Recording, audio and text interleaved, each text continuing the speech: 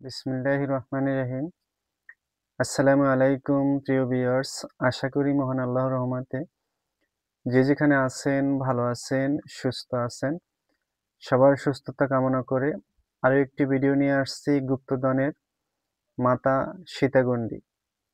এই সীতাগণ্ডী খুব পাওয়ারফুল গণ্ডী। এটা পাতাল গণ্ডী। এটা গুপ্তধনে পাতাল গণ্ডী দিতে পারবেন। তারপরে যদি কেউর সাথে শত্রুতা করতে চান তার সবকিছু বন্ধ করে দিতে পারবেন। তারপরে এটা দিয়ে তাবিজ ধারণ করলে যত বড় কুফরি কালাম, উল্টো কালাম, নারা কালাম হোক, আপনার শরীরে কোনো ধরনের বান, জাদুটোনা আপনার কোনো ক্ষতি করতে পারবে না। তারপরে দেহবন্ধন করতে পারবেন। তাই সবার কাছে অনুরোধ থাকবে সম্পূর্ণ ভিডিও দেখবেন। আর এরকম ভিডিও পেতে আমার মা ত্রিনয়ন চ্যানেলটি অবশ্যই সাবস্ক্রাইব করবেন, লাইক, কমেন্ট করবেন। সম্পূর্ণ ভিডিওর সঙ্গেই থাকবেন, কথাগুলো শুনবেন দয়া করে। যার ভালো লাগে সে শুনবেন, যার ভালো লাগবে না সে স্কিপ করে বেরিয়ে যাবেন। আপনার গুপ্তধনে পাতাল গণ্ডি, এই গণ্ডিটা আমি স্বয়ং নিজে ব্যবহার করি। খুবই পাওয়ারফুল এই গণ্ডিটা। প্রথম আমি গুপ্তধনের কথাটাই বলি, নিয়মটা। যারা গুপ্তধন উঠাতে যান বা উঠাতে চাচ্ছেন বা পাতাল গণ্ডি, যেটা মালটা গণ্ডি দিলেই অনেক সময় দেখবেন মাল পাতালে চলে যায়। এই পাতালের 7টা গণ্ডি আমি ব্যবহার করি। আজকের এই গণ্ডিটা এই গণ্ডিটা সর্বপ্রথম যেকোনো কাজে আমি ব্যবহার করি। যেকোনো কাজে, এটা মনে করেন যে বশীকরণ কাজে গণ্ডি দিয়ে রাখার জন্য, বিচ্ছেদ কাজে, তারপরে গুপ্তধনের পাতাল যেখানে মালটা নিচের দিকে যেন না যায়, এই পাতাল গণ্ডি সম্পূর্ণ গণ্ডিটা অটল থাকে। এটা মাতা সীতা গণ্ডি। এই সীতা গণ্ডি এমন একটা পাওয়ারফুল গণ্ডি যেটা আপনি কি বলবো, খুবই সুন্দর একটা গণ্ডি। আপনার যেকোনো ব্যাপারে এই গণ্ডিটা সম্পূর্ণ অটল থাকবে। গুপ্তধনে কি করবেন, 3 পুরের মাটি সংগ্রহ করবেন। যেরকম 3 পুর কিরকম, মনে করেন কমলাপুর, সৈয়দপুর, এরকম যে পুর শব্দটা আছে, যেই স্থানটা পুর শব্দ আছে, মনে করেন এই জায়গাটার নাম কমলাপুর। এখান থেকে 1 মুষ্টি মাটি সংগ্রহ করলেন। আরেক জায়গা আছে মনে করেন সোনাপুর, সেখান থেকে এক মুষ্টি মাটি সংগ্রহ করলেন। এরকম 3টা পুরের থেকে 3 মুষ্টি মাটি সংগ্রহ করবেন। কবর অথবা শ্মশান, সেখান থেকে মাটি সংগ্রহ করবেন। কালো সরিষা, হলুদ সরিষা সংগ্রহ করবেন। এই সমস্ত জিনিস সংগ্রহ করে একটি পাত্রে রেখে এই মন্ত্র 3 বার বলে 3টি ফু দিবেন। ফু দিয়ে আপনি যেখানে গুপ্তধন আছে সেখানে ছিটিয়ে দেন। ছিটিয়ে দিয়ে দর্পণে অথবা তুলারাশির মাধ্যমে যেভাবে হোক দেখবেন গণ্ডি লেগে গেছে, জালের মতো মালটা ধরে আছে। এটা হলো গুপ্তধনের গুপ্তধনের নিয়মটা। দ্বিতীয় নিয়মটা হলো, যদি আপনি কোনো বাড়িতে শত্রুতা করতে চান, মনে করেন এই বাড়িতে সবকিছু বন্ধ করে দিবেন, আয়, ব্যয়, রিজিক, মানে সবকিছু বন্ধ করে দেবেন। এক কথায় শত্রুতামি এমন রকমের করবেন তার সবকিছু আপনি গণ্ডির ভিতরে আটকিয়ে দিবেন। তাহলে 3 পুরের মাটি, 3টা পুরের মাটি, যেরকম প্রথম বলেছি, 3 পুরের 3 জায়গার মাটি সংগ্রহ করবেন। তারপরে শ্মশান থেকে মাটি অথবা কবরস্থান থেকে মাটি সংগ্রহ করবেন। তার সঙ্গে সরিষা মিক্স করবেন 2 পদের।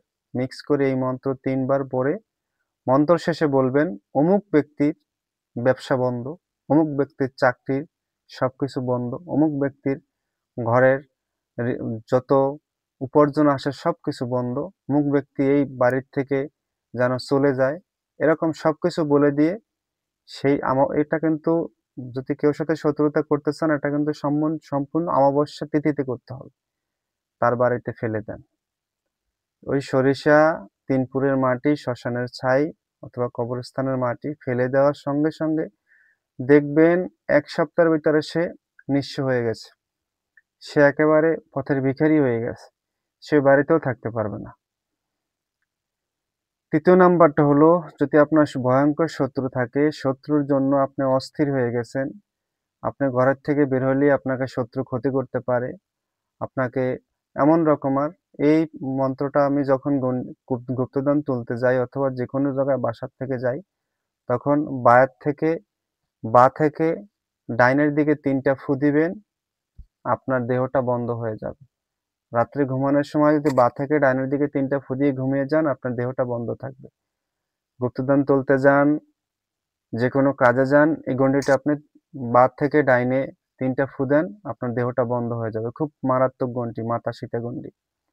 তারপরে যদি আপনি এই গন্ডিটা নিজে তাবিজ ধারণ করে ব্যবহার করতে পারেন, বন্দুকের গুলি পর্যন্ত আপনার শরীরে ঢুকবে না, শুধু বান না, পরীক্ষা করে দেখবেন। ১ নাম্বার হলো বটের শিকার। যেই বটগাছ পাতাটা বড়, বটগাছ তো চিনেন, যেখানে ঝুরি নামে বটগাছের, সেখানে শনিবার গিয়ে ২টা ধূপকাঠি ধরায় দিয়ে গাছটাকে বলে আসবেন, নিমন্ত্রণ করে আসবেন যে আমি আগামী দিন আপনার শিকার নিতে আসবো, আমার শরীরটা বন্ধ করার জন্য আপনার শিকার নিয়ে ব্যবহার করব। রবিবার দিন গিয়ে আপনি শিকারটা সংগ্রহ করবেন। এ হলো বটের শিকার। তারপর নদীর বালু, যেখানে নদী আছে সেখানে যে পানির যে ঢেপায় যে বালুটা আসে, সেখান থেকে ১ চিমটি বালু সংগ্রহ করবেন। তারপরে ছোট ছোট বড়শি সংগ্রহ করবেন, সুইয়ের পাছা সংগ্রহ করবেন। এই সমস্ত জিনিস সামনে রেখে এই যে ছোট মন্ত্রটা, এই মন্ত্রটা আপনি ভোজপাত্রে মেশকো জাফরান কালি দিয়ে সাথে কুমকুম মিশিয়ে নিতে পারেন অথবা গোরকচানা। এই তাবিজটা, এই মন্ত্রটা লিখবেন ভোজপাত্রে, লিখে ভাঁজ করে এই সমস্ত জিনিস সেই মাদুলির ভিতর ভরে, কবজের ভিতর ভরে কাঁচা মোম দিয়ে আটকে আপনার শরীরে ব্যবহার করেন। আপনার শরীরটা বেঁধে যাবে। হ্যাঁ, এই আমি নিয়মটা আবার বলছি, তাবিজের নিয়মটা। বটের শিকার শনিবার দিন যেয়ে গাছটাকে দাওয়াত করে আসবেন, রবিবার দিন বটের শিকার সংগ্রহ করবেন। ২ নাম্বারে দুপলা গাছের শিকার সংগ্রহ করবেন, যেকোনো বারে করতে পারবেন। তারপরে নদীর বালু, তাও আপনি যেকোনো দিন সংগ্রহ করতে পারবেন। নদীর থেকে একটু বালু সংগ্রহ করতে হবে। আর তারপরে সুইয়ের পাছা, সুইটা যেখানে ছিদ্র থাকে ওইখানে ভেঙে কেটে নিবেন। ৪টা বা ৫টা সুইয়ের পাছা দিবেন। ছোট ছোট ৫-৭টা বড়শি দিবেন। একজোড়া মণামণি দিয়ে দিবেন। তারপরে ব্রহ্মাজাল, মায়াজাল অথবা ইন্দ্রজালও দিতে পারেন। মায়াজালও দিতে পারেন অথবা ইন্দ্রজালও দিতে পারেন অথবা ব্রহ্মাজাল, মায়াজাল, কালির জাল, যেকোনো জাল থাকলে আপনি দিতে পারেন, না দিলেও হবে। একজোড়া মণামণি অবশ্যই দিয়ে দিবেন। চেক করে, জলে চেক করে, পুরুষ এবং মহিলা চেক করে মণামণি জোড়াও এই তাবিজের ভিতর ভরে দিবেন। ভরে কাঁচা মোম দিয়ে যেকোনো শনি মঙ্গলবার এই তাবিজটা তো সম্পূর্ণ সবকিছু মিলিয়ে তারপর এটা বানাবেন, তারপরে শরীরে ব্যবহার করবেন। বন্দুকের গুলি আপনার শরীরে ঢুকবে না। কোনো কালা জাদু, কোনো বন্দুকের গুলি, কোনো ধরনের জিন ভূত, কোনো ধরনের বান, জাদুটোনা, কোনো রকমের কোনো ক্ষতি আপনাকে শত্রু করতে পারবে না। শরীরটা সর্বদা আপনার বন্ধ থাকবে।